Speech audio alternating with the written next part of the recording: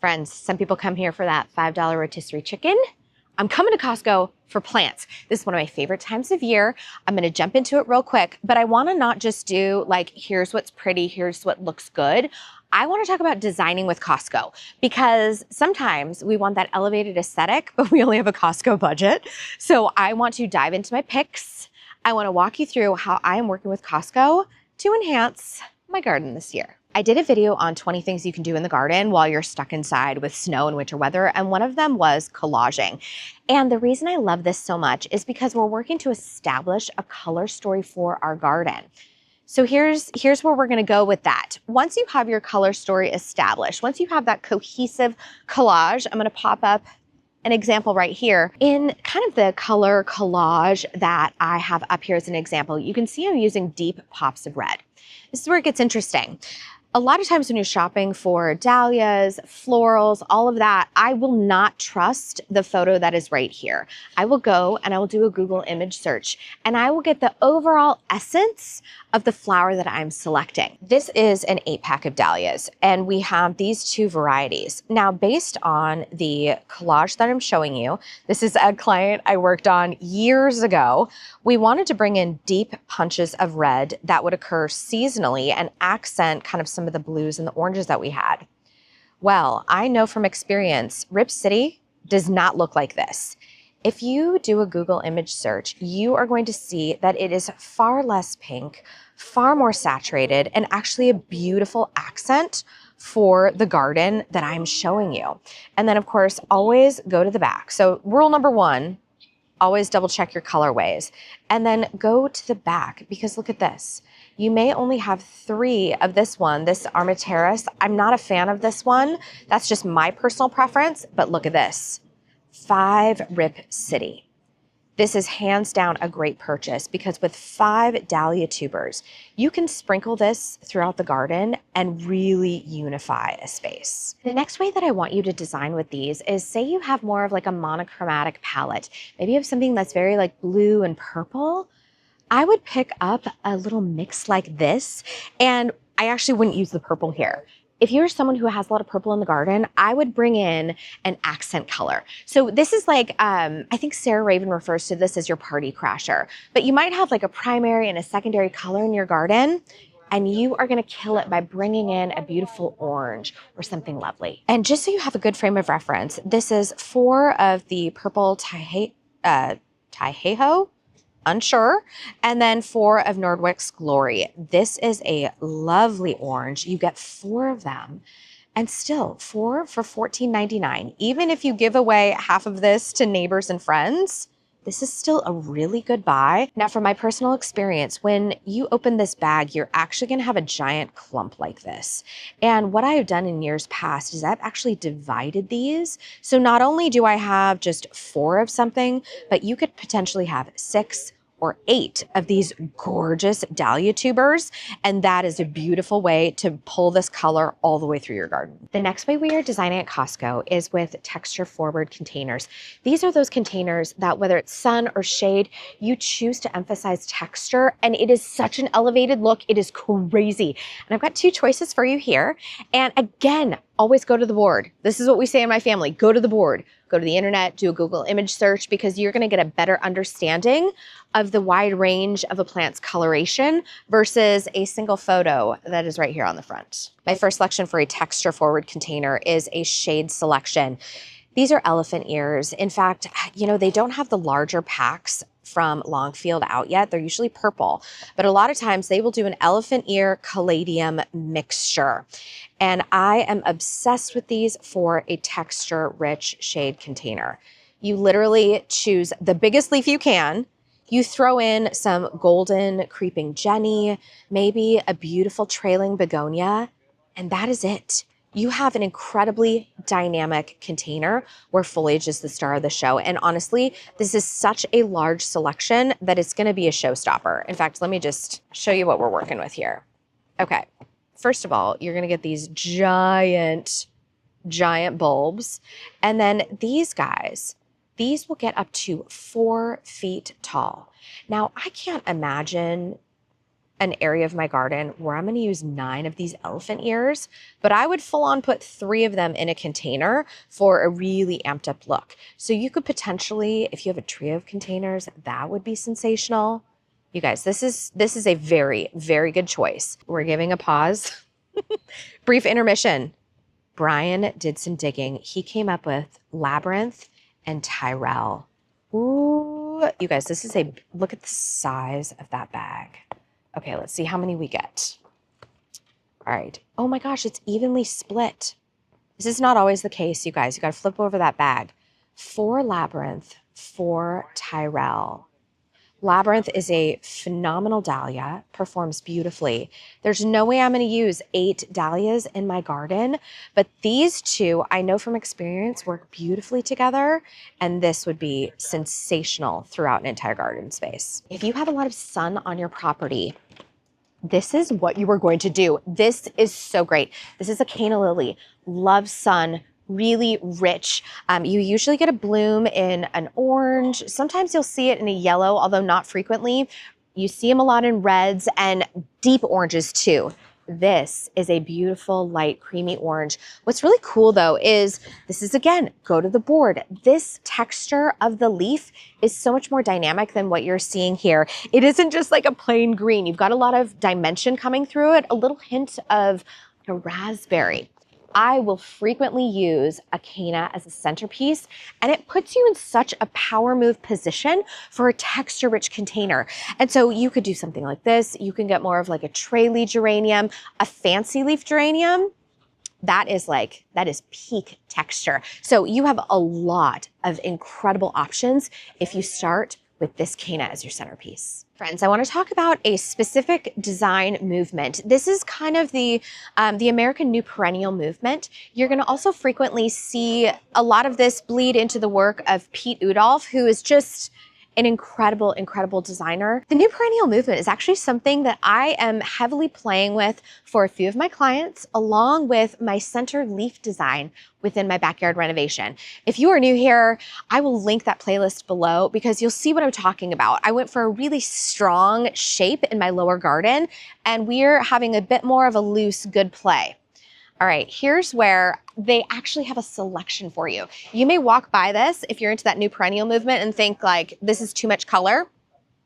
I'm gonna show you my selection for you. It is this little cutie. This is Liatris. And Liatris is a beautiful, beautiful perennial. What I love about it is it attracts all sorts of pollinators. So think bees, butterflies. It also has a beautiful spiry texture that feels a little bit fuzzy. And so what I want you to do is I want you to pair this with a disc-shaped flower, maybe like an echinacea. You're gonna pair this with grasses because it's just gonna be this effervescent movement. Now what's interesting is I actually was thinking through some Liatris for that center leaf, and I don't know if this is going to be the exact coloration. I went and I did a Google search, and I feel like it's not this much raspberry. It's a little bit cooler, but I actually think I'm going to snag this one today because I'd like to play with it in that lower garden. This is 80 Liatris. Oh my gosh, let's check this out. Holy cow. You can see that they've actually done a really good job of placing this in vermiculite. You know, I feel like Longfield Gardens is up their game. So what I think I'm going to do is I don't have a chance. I'm just too busy to plant these right now. So what I'm going to do instead is I'm going to put these in 1-gallon containers, and I'm going to grow them on a little bit. And we are going to see. So I'll probably cluster maybe 10 of these in a pot, somewhere around there. And then I'm going to grow them on. And once they have a better established root system and I'm ready to start working that space, then we're going to pop them in. Oh, and by the way, always check height. 32 inches. So ideally, I would love this to be taller, but I actually think this is going to play really well with some Echinacea pallida I've got planned for that lower garden area. I want to talk about maximalism for a second because I am seeing this just beautiful embrace of maximalism within the landscaping design world, and I am here for it. I think maximalism is so much fun, and there's a certain whimsy that comes with maximalism. Okay, so there's a couple of really good selections here. If you are leaning in that direction, you want to play in that arena. And I want you to look at the lilies. When I've looked at the lilies in the years past, there have been some beautiful Asiatic lilies and there's some Oriental lilies. There's also been a few others here, but I'm going to stick to these two for now. Your Asiatics, they're going to be shorter and they're going to bloom earlier. And I might not select this type if you are going for a maximalist garden. Instead, I want you to veer towards your Casablancas and your stargazers, those Oriental lilies, because those suckers, they will get so tall in the landscape.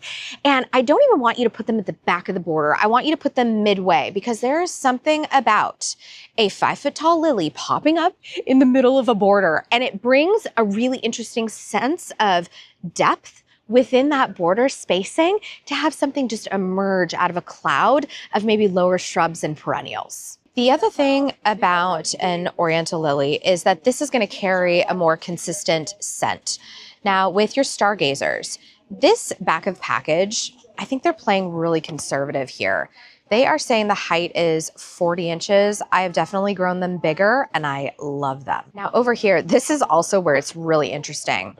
This is a Casablanca lily and they're saying the height on this is 36 inches. You guys, I planted these at a few clients' homes. And these, granted, these ones were potted on early and I purchased them from my nursery. But this sucker got 5 feet tall. So I do think your growing conditions are going to kind of determine final outcome of size. But you guys, lilies for the maximalist garden, these are so incredible. And honestly, pair this with some of those earlier specimens that we talked about, something with a really big dramatic leaf. Maximalism is about not only that cramscaping vibe, but also a big moment. And this one is a big floral moment. Nothing tiny, nothing like sparkly and ethereal. We're just going big dramatic flower. Brian is behind the camera wondering what we're doing next. You guys, we're talking moon gardens. Are you ready?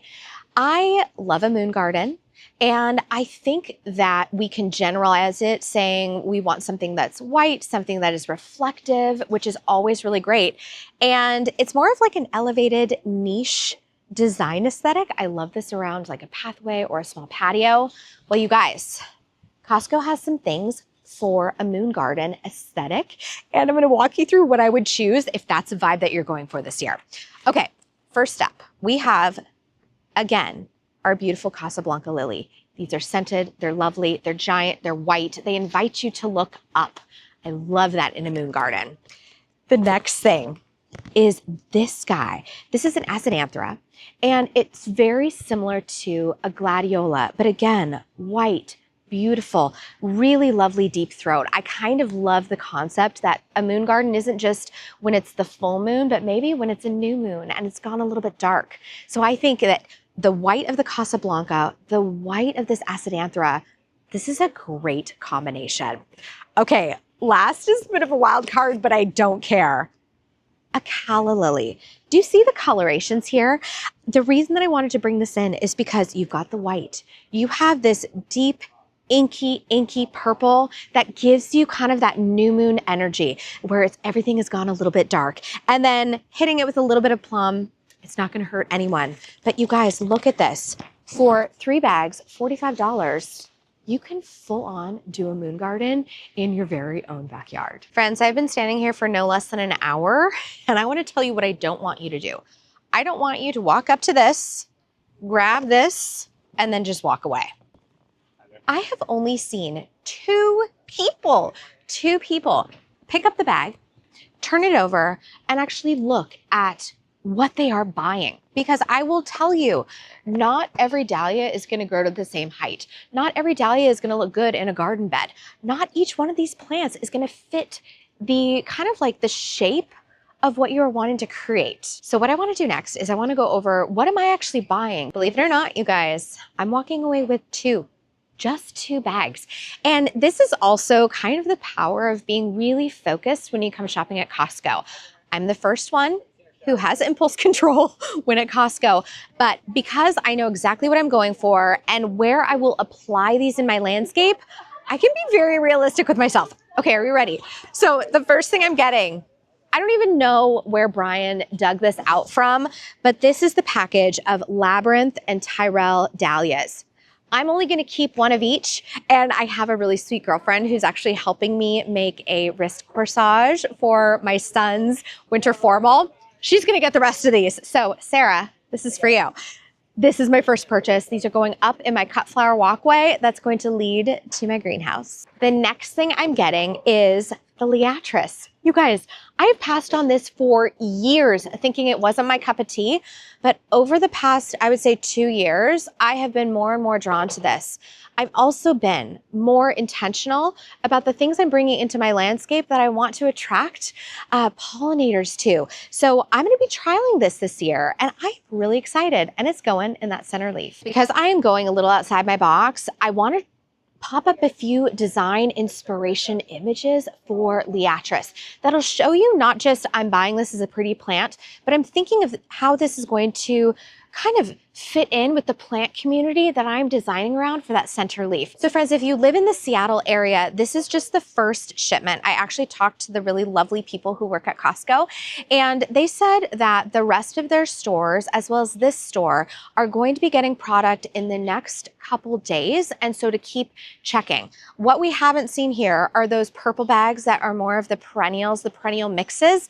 And when those arrive, I really want to check them out. And so you'll probably see another Costco video from me, but they are going to be continuing to bring these things in waves. The other thing, they have already gotten their fruit trees. If you are in the market for a fruit tree, get it now. I just checked them. They have not started pushing new growth. So this is like perfect. Also, I see some hellebore and some houseplants. So if you're into that, hop on down to Costco right now. So friends, there you have it. The kind of how to design with the Costco bulbs. There is a little something for everyone. And I just hope this gives you endless inspiration for how you can actually take this incredible bargain and apply it to your very own garden. Okay, I'm gonna see you in the next one. In the meantime, say hello to your garden for me.